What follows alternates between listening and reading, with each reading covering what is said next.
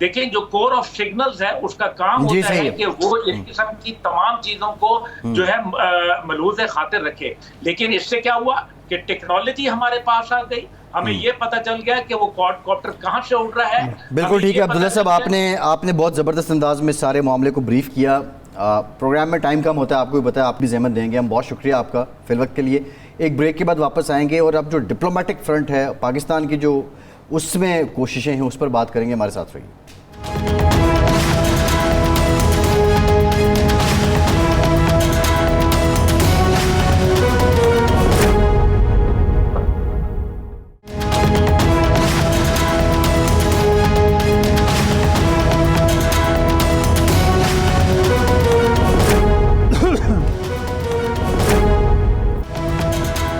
Break کے بعد ایک بار پھر سے آپ کا خیر مقدم کرتے ہیں. ہمیں جوائن کیا ہے اقوام متحدہ میں پاکستان کے سابق مندوب منیر اکرم صاحب نے. منیر صاحب بہت شکریہ آپ کے وقت. منیر صاحب, جو ڈیولپمنٹس اب تک ہوئی ہیں آپ کے بھی سامنے ہیں. ناؤ پاکستان ہیز ڈیسائیڈڈ کہ وہ دنیا کو ڈوزیئرز دیں گے کہ بھارت جو کر رہا ہے. آج DGISPR نے پریس بریفنگ میں بھی بھارت کی طرف سے جو اسٹیٹ سپانسر ٹیررزم ہے پاکستان میں بالخصوص اس کے شواہد دیے ہیں.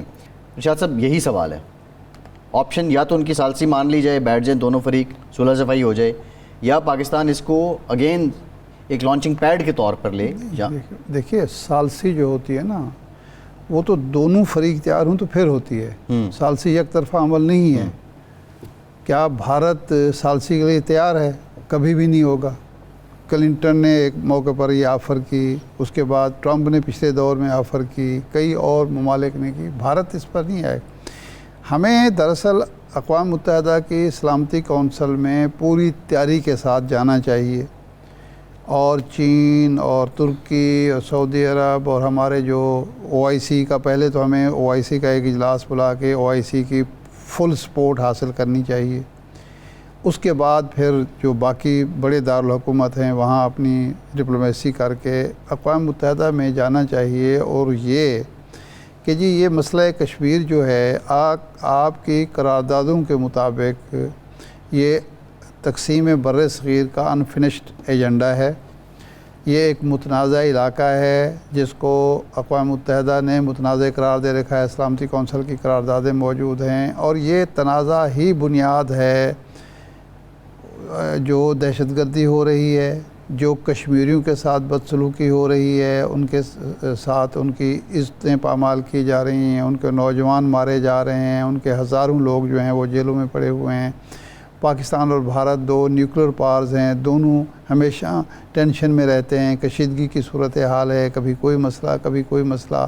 سارے ہمسائے بھارت کے سے تنگ ہیں.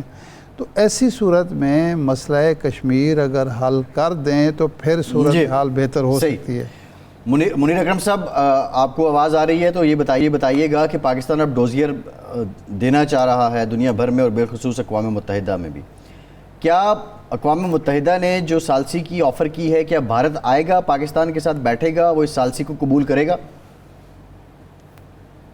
یہ دیکھیں, بھارت نے ابھی تک کوئی میڈیٹری ایفرٹ نہیں مانا ہے.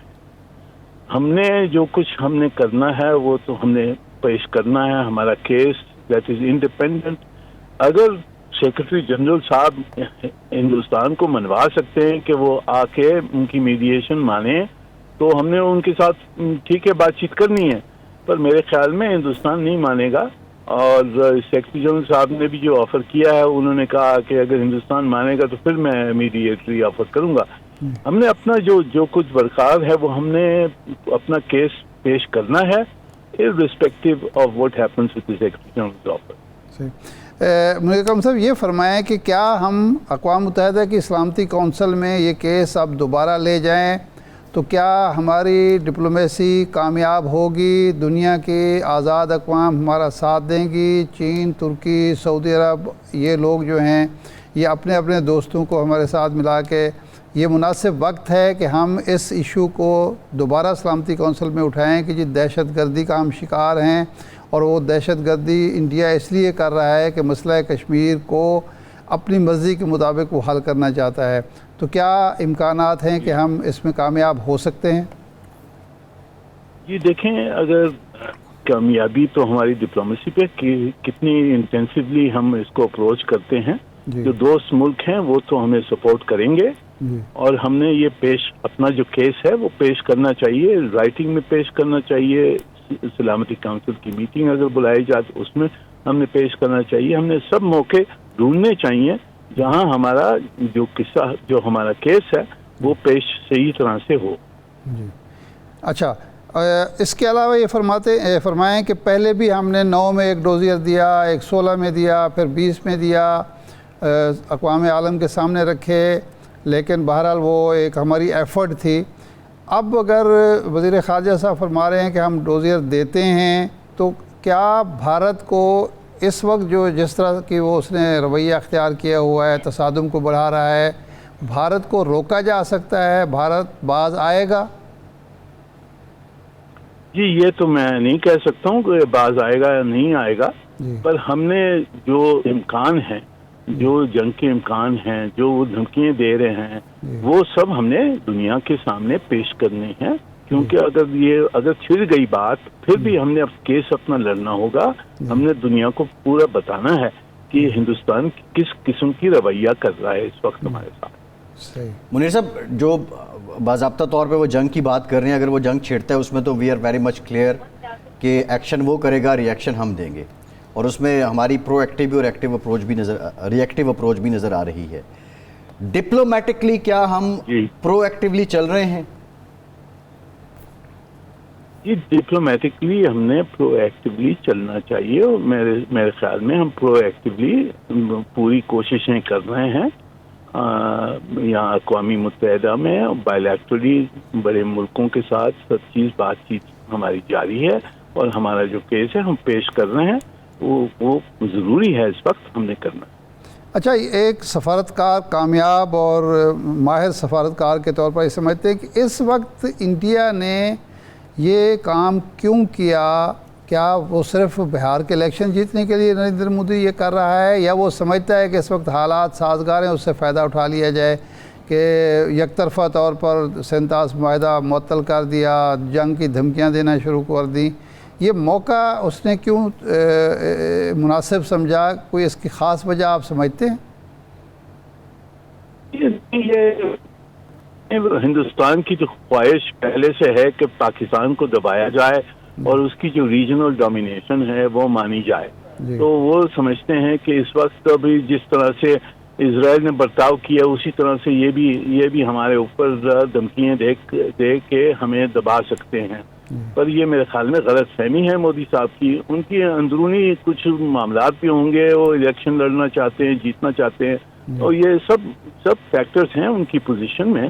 پر اس کے باوجود جو بھی فیکٹر ہے ان کا، ہم نے تو اپنی حفاظت کو دیکھنا ہے، اور اس وجہ سے ہم نے اپنا کیس جو ہے، جو واقعات ہیں وہ دنیا کے سامنے پیش کرنی ہے. کیونکہ اگر یہ بگڑ جاتی بات تو ہماری جسٹیفیکیشن یہ رہے گی کہ ایگریشن ہمارے خلاف ہوا ہے، اس کا ہم نے جواب دیا. صحیح ہے. منیر صاحب، فائنینشیل ٹائمز نے جو انڈس واٹر ٹریٹی ہے اس سے متعلق یہی بات کی کہ یہ اس کو روکنا یا اس کو معطل کرنا کسی صورت بھی جسٹیفائڈ نہیں ہے.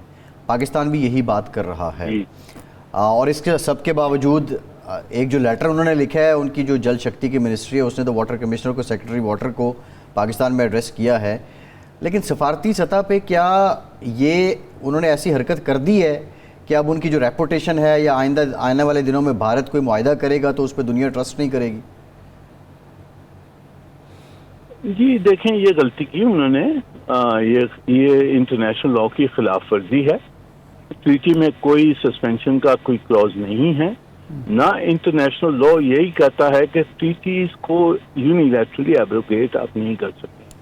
تو اس وجہ سے، اور یہ بڑی اہم ٹریٹی ہے، اور اس کی وجہ سے بہت بڑی امکان ہو سکتے ہیں. اگر پاکستان پہ اس کا اثر پڑا تو ہم نے پھر جواب دینا ہوگا. تو دنیا سمجھتی ہے کہ یہ کتنا سیریس معاملہ ہے، پر انہوں نے جو کچھ کیا ہے اس کو ہم نے ایکسپوز کرنا ہے. تو اسی لیے ہم اب ایکسپوز ہو رہا ہے، ہم اپنا کیس پیش کر رہے ہیں، اور انشاءاللہ دنیا کو سمجھ آئے گی کہ اگریسر کون ہے اس وقت. جی ٹھیک، بہت شکریہ منیر اکرم صاحب، اقوام متحدہ میں پاکستان کے سابق مندوب ہمارے ساتھ موجود تھے. آپ کے وقت کا بہت شکریہ. ارشاد صاحب، پروگرام کا ٹائم ختم ہو گیا. آپ کا شکریہ. آج کے پروگرام سے اتنا ہی، اجازت دیجیے.